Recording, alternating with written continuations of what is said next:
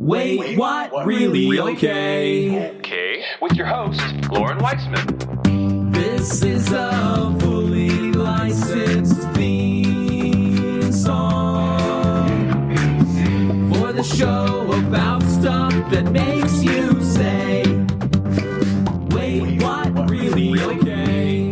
Okay.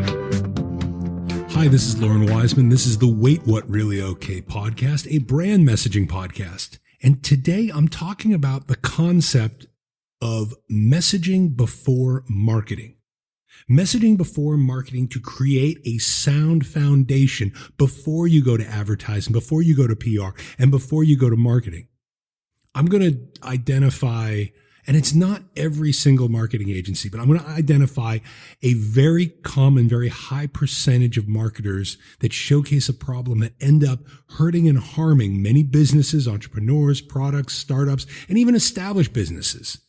And then I'm going to go into a concept and an idea to consider when it comes to your messaging. That it might even be time right now, if you can, to put the brakes on a marketing campaign, to put the brakes on marketing as a whole, and make sure that your messaging and the messaging palette for your business, your brand, your product, your service is there. It's sound. It's laid out.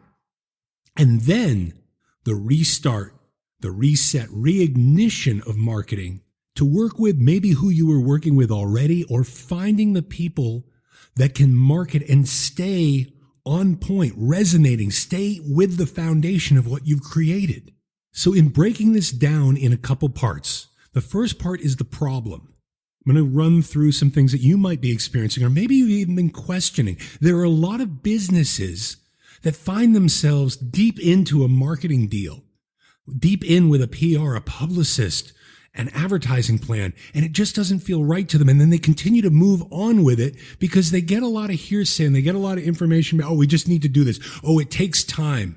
Yes, marketing does take time. But is it taking too much time? And is this marketing company, person, whoever, making it almost like it's going to take that much longer, that it's going to be that much more challenging, or at the same time harming your brand, your messaging, or what you've created in the first place? Then I'm going to go into a couple different ideas to keep in mind, to put in check, to say, do I have these things in place? And maybe they might be there on the tip of your tongue. Maybe it's not an entire revamp. In some cases it can be, but maybe it's not an entire revamp. And some of the things that are just so obvious to you, adding that to your messaging, getting away from the assumptions, getting away from the issues of what you think you're supposed to be doing according to a lot of these hype popular professionals that don't necessarily know what they're talking about, has pushed your authenticity and your authority to the side. I hope that in some of these words that they reignite words in your mind that maybe you just put to the side saying, well, I don't need this. Maybe you do, and maybe it's right there. And then lastly, the sort of checklist, if you will, of some things to hit before you go to marketing. And then when you go to marketing, or you go to a marketing person, whether it's online, whether it's physical, a mix of both, a publicist, that you are in tune and resonating with them and understand what they're doing with you. Not necessarily what they're doing for you, because sometimes when you're unaware, your reputation online can be harmed by the static template, overly hyped, spamming marketers that are doing you more harm than good. So first, let's identify, I call them the 4 A's. I'm not big into the whole acronyms and this and that, but here are the 4 A's. Are you marketing, or is somebody marketing you in authenticity and authority? Or are they marketing in the other 2 A's, assumptions and arrogance? And many companies, many brands, they're pushing through to marketing companies in assumptions and in arrogance. And sometimes the intention isn't even there. The individual is saying, well, this is what we have. This is the best thing in the world. Would you want to hear somebody else say that? Could you say this is the best in front of 10 high-level, relatable, competitive businesses? It's not losing your confidence, but it's removing the arrogance and being as inviting and engaging to those that may be competing with you, because there's plenty of room in all these markets, as those that you're trying to capture. It's hard to make mention of that right now when you've got so much negativity around different political campaigns where it's, I don't want you to vote for this person because they did this, or, they're naming out things, and sometimes they're legitimate, but it goes so incredibly negative. And even if you're in politics, maybe it's time to go more toward that authenticity and not come off with that arrogance. Still, here, when you have the messaging, and maybe even differentiating, some marketing people say, oh, we do the messaging. What are they doing in the research of the messaging? That's where the number one problem I find lays. They want to look for a bio. They want to look for a poster. They want to look for a template. They want to fit you into a box so they can get to the part where they're pushing you out via online ads, via content, via areas where in the end, for many of these people, this is where they're making the bulk of their money.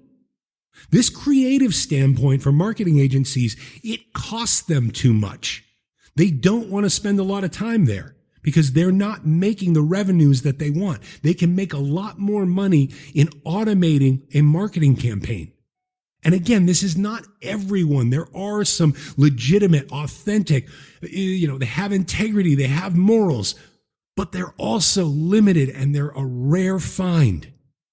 You find a lot of people, you find a lot of organizations, they just want to push and they want to get to that point. So the messaging isn't that important. And because it's not that important, here's the new tagline.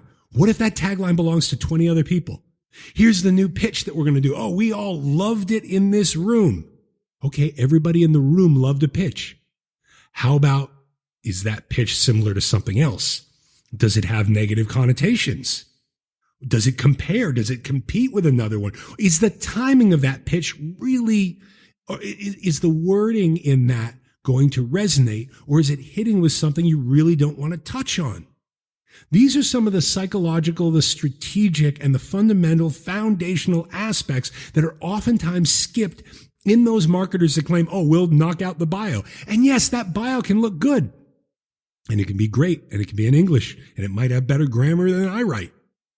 Still, in writing that and keeping in this closed door of marketing the intention that you have, and then aligning the intentions with a marketing agency without looking at the perceptions and all the other elements inside of an audience that's receiving spam and advertising and marketing every day on everything, without those considerations, in some ways you're flying a little blind. Now here's some elements, and jot these down if it's of any help. Are you identifying, auditing, and reviewing these three sections, these core discovery elements of your brand? And sometimes it may be time to get somebody else to look at, maybe you're too close. But you're identifying the pros, the cons. Are you identifying the aspects and understanding the actions that have been taken to date? And the mistakes that you're not trying to shove under the rug, but recognize and see, what are we doing with these? How are we handling these? All of that comes in a great level of humility that gives information that can help, that can create the right message, that can create the right brand. And it's not just reviewing for right now, next week, next month. It's looking across, and the next three, the core time frames. Are you looking where you are in the present? Call it the utopian, the past, the traditional, and the plan for, the future, the existential. Is your messaging in what you're putting out, the shockwave you send out in the moment, is that being looked at from where you came from and where things are going next? When you're looking at the trifecta of a timeline, that consideration can be so incredibly helpful to the uniformity of your messaging. And your messaging will change, it will shift, it will alter, things will move. But when the root and the foundation of the brand and the brand messaging and the core foundation is locked in place, then you move, you switch, you swivel, you change. Maybe the blueprints are slightly altered for this floor, but your foundation was laid with the consideration that things would change, so it doesn't send the entire building crumbling down. Now, the operational touch points of your messaging. And even this messaging, remember, Messaging is not just the words. It's not the bio. It's not the sell. It's the messaging inside of the operational aspects of what you have, the protective, the secure aspects, the compliant aspects. Let's look into the world of CBD, look into the world of cannabis, THC, look into the world right now of vaccines, different health things, how you can make claims, how things can be mistaken, misunderstood. And they can come back to visit you later to create more problems. One of the roots of foundational messaging in the compliance and the protection and the security is that element of the messaging from the look to the feel, to not only the words that are going out to the public, but the documentation from the non-disclosure agreements, the confidentiality agreements. Your messaging is bigger than marketing. And knowing how you're protected. In that protection too, in how you're protected, it can allow an investor, a sponsor, a partner to feel that much more safe to get involved with you or to gift you something or donate or invest. That's the messaging. That's where it goes into the security. It goes into the compliance. It's not just what you're putting out there to the world. It's what you have going on behind closed doors. Is your brand messaging, the messaging that you're putting out, the messaging internally in the company, the privacy, the security, the compliance, is that all set in a solid foundation that can be trusted? If it's not, it's going to make problems for the marketing messaging and everything else that you put out. People look at it from a campaign standpoint. Circle back around to politics. How much is cleaned up in your foundation? And what is prepared for if somebody is going to come at you? And there are many people that are specifically doing that. They're attacking companies. They're attacking products. They're attacking brands. People say, I don't need these documents. We'll deal with that later. Different companies that are sending things themselves that don't necessarily have the liability and the delivery and return coverage of Amazon. Those are spotlighted by people. They want to get a bad package. They want to insert something into it. They want to set up for a lawsuit. You have people out there that are looking to destroy you. It's not being overly negative. It's not a conspiracy theory. There are specifically people out there that are thinking the best way to make money for them is to attack somebody else that can showcase a weakness. And when they identify that weakness, they're coming after you. And it's not saying that you have to be perfectly strong. Your foundation has to be completely done. But having that blueprint, that messaging in place before you go to marketing can set you up to be that much more secure, that much more sound, and that much more strong. Looking over the methodology, the morals, and not just here are our core values. I don't care, and many people don't care about your core values. And this is the difference between words and messaging. Is your messaging standing in authenticity, in integrity, in intelligence? And is that integrity, intelligence performing across all your internal documents, your external documents, your marketing, your messaging, your advertising, your branding? When it is, now you're harmonizing in a way that's going to be a lot more challenging to attack, and at the same time, in a way that can build trust so much more organically and authentically than going to some spam campaign that's saying, well, we're going to try this, and then we're going to do this massive ad campaign. We're just going to push here, and then, well, nothing came from it. We'll try this differently. I like to see, and this is a very specific example, but it's amazing to me where people will push a massive online ad and they push it everywhere. They don't test individual markets. Why not take that time to say, hey, I'm going to push something out in the Southwest, maybe San Diego. I'm going to do it for a week. And then I'm going to try some other campaign, and then I'll do something up in Boston, the Northeast. Maybe I'll do something down in Orlando and then go up to Seattle. These small little tests. And this is a different element that comes with the metrics. And understand also, though, let's hit with the metrics right now. Somebody explaining when it's time to post, wrong answer. So yeah, when is the best time to post? There is no best time to post. There is no best ad. Yes, certain things begin to see conversion and results. But then there's a series of metrics that may not relate to you whatsoever. For example, if you were to go to a local radio station, a small market, and they sit there and then they in their references say, well, Kia advertises with us. Okay. And let's say you're, I don't know, you make business cards locally. So you're doing business cards and printing, and here's Kia. You have a small mom and pop shop. They are an international brand. You have a very limited amount of marketing money to spend. They're spending on local radio, national radio, satellite. They're spending on TV. They're spending on print. So when they come back and say, oh, they're great, and we really love our engagement with this particular radio station, are you really getting the metrics to make the best decisions for yourself? And yes, there'll be people that come back and state, oh, it's amazing, and these people heard me on the radio. I would rather smaller businesses look to their comparative and their competitives and seeing where that marketing worked and where that messaging worked. Because oftentimes it's a lot more about the authenticity and the authority over just slamming and spamming people. This again is why the messaging is so crucial and why inside of marketing campaigns that continue to fail and that continue to cost more, it's because the messaging was not secure enough to begin to spend. And it's going to take time and it's going to cost. Marketing ends up costing. But inside of planning that messaging and having that blueprint, it will cost less. It will take less. It's still a long game. It's not a race, everyone says. It's a marathon. But getting away from, and I call them the myths of opportunity. People see this myth of, I'm just going to advertise here, or this person's going to say this, or this one thing, or I'm just going to put all my eggs in one basket. Bad idea. But setting up that foundation basket of your messaging, figuring out from and circling back around the morals, not just the values that you have or stating the values that you have, but getting content out that supports it. So like I said before, I don't care about your core values. Tell me one of the reasons why you started this business, why you do what you do.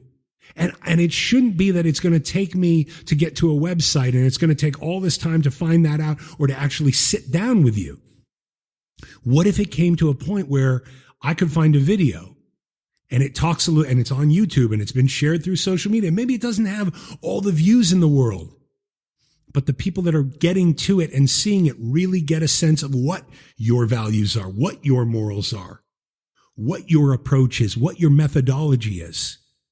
Many times in marketing, and it's interesting to me and it's scary at the same time. So many of these certified life coach programs, certified business expert programs, they're spending 5% of their time on templates that they want you to learn, and they spend up to 95% of the time explaining how to market. And in that marketing, they're sharing fear tactics, spam tactics, ways to dig in, psychological approaches. It's a common place.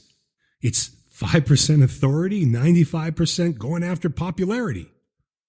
So in your authority, inside of your authenticity, bring in the messaging and the support systems and the arms and the branches of that messaging that will be so clear for everyone else.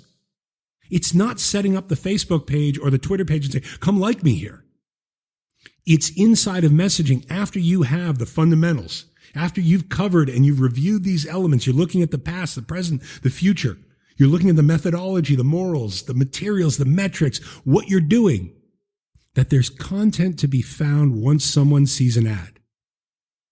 The biggest execution problem that I see inside of marketing is that it is a singular linear, I'm going to have you see this ad, hear this ad, see this image, see whatever, find this search, and then it just leads them right to the cell. It disrespects the audience. It disrespects the engagement. Inside of your core messaging, and for even his established business, to circle back around, do you have some videos talking about your methodology, about your morals, about why you started this business? Oh, you know what? Oh, I hate when, and I get this a lot. I hate when people assume this about me, or I assume this about my product. Completely understand that. Where online do you have anything that addresses those perceptions? Well, I don't. I mean, when I sit down or I talk to someone, YouTube is free. You see certain things come in. You understand. You address the perceptions. That's positive, humble messaging that can go to the marketing. So that when you're at that time and it's an ad and it's testing around with phrases and it's moving things through different channels, that it's not just leading someone right back to the cell, but it lets them make some choices. It's not well-produced videos. It's not extended podcasts. It's not long blogs, but beginning to set the foundational blueprint, the footprint of your messaging online can then supplement the marketing that comes so that if someone's coming through, maybe they're not ready to buy. Maybe they don't know yet. Maybe you still sound like somebody else. But inside of the root of your messaging and the content that you distributed, they have an opportunity to find this out for themselves and find out you are different. You are what you say you are. And the best part of it inside of messaging, that the perceptions that they begin to have are matching the intentions that you want to put out.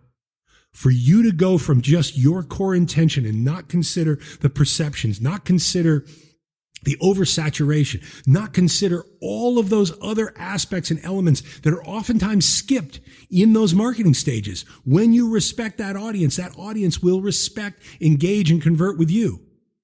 And it's not even necessarily trying to treat an audience inside of your messaging as come buy from me, come hire from me, come do this, but more so to engage in a time when everyone's selling, to sit back, step back, and give them reasons to engage, to learn about you. Not in the core of the messaging, not that overly dominant, like me, follow me, find me, convert here, leave a review, push, push, push. But shifting the tone to, here's a video on why I started my business. Here's something that I do. Here's something that I don't do. One thing I would love to see from more businesses, here are the type of people I like to work with, and here are the type of people I just wouldn't fit well with. Instead of trying to come off like the Sir Spam-A-Lot, grab everybody, 10x your way to the top, set your standards. You say you have the morals, showcase them. You say you have the authenticity, explain it. You say, once you understand this, I need you to understand me. Teach them, invite them, teach them, engage them, authentically move them to be able to make a choice for themselves if they want to move that much more toward you or learn more. Then we go to marketing. With that messaging in place, from the taglines to the bios to the understanding of the internal, the external, what you'll do, what you won't do, seeing where some of these phrases have show competition, show too closely compared to something else, are oversaturated. When you look at the temperature and the tone, the timing of a message, and yes, that part does shift at times, then you create this palette of sorts. It becomes your messaging palette. It's this personalized integrity, intelligence, performance guide. I'm going to say that one more time. A personalized integrity, intelligence, performance guide. From discovering the elements of your messaging, of your brand, of looking a little bit deeper than just your intention, of looking across a series of different discovery elements, time frames, operational touch points, how you're leading with your message, where you might need to shift, where you might need to protect a little more, where you might not want to go, where you might want to go. Then in connecting with a marketing agency, you're giving them fuel, a great amount of fuel. This means they can also go to the areas where they want to be the most, but they'll have the best fuel. They'll have the best ammunition. They'll have the best firepower to move forward and not just throw things at a wall. And again, it's not every marketing agency that's doing it, but I stand firm in saying it's the majority. Because marketing, to a certain extent, from my experiences, is one of the biggest scams out there as a whole. It's people that specifically don't necessarily need to say, okay, well, your messaging, no, we'll just keep doing this. Oh, we have to keep switching this up. Oh, let's try this. Let's try that. Let's try that. You're still going to have to test. You're still going to have to play. Certain things are going to work great. Other things aren't. But with that foundation, that palette, and that initial guide, so that all the changes, all the shifts, all the alterations, all the adjustments still stand on the foundation that is you, your brand, and your messaging, that will allow for marketing and the execution of marketing to work that much better for you. And that's why I believe messaging comes before marketing. That's why through the Fish Stewarding Group, FSG Messaging and Optics, we believe messaging comes before marketing.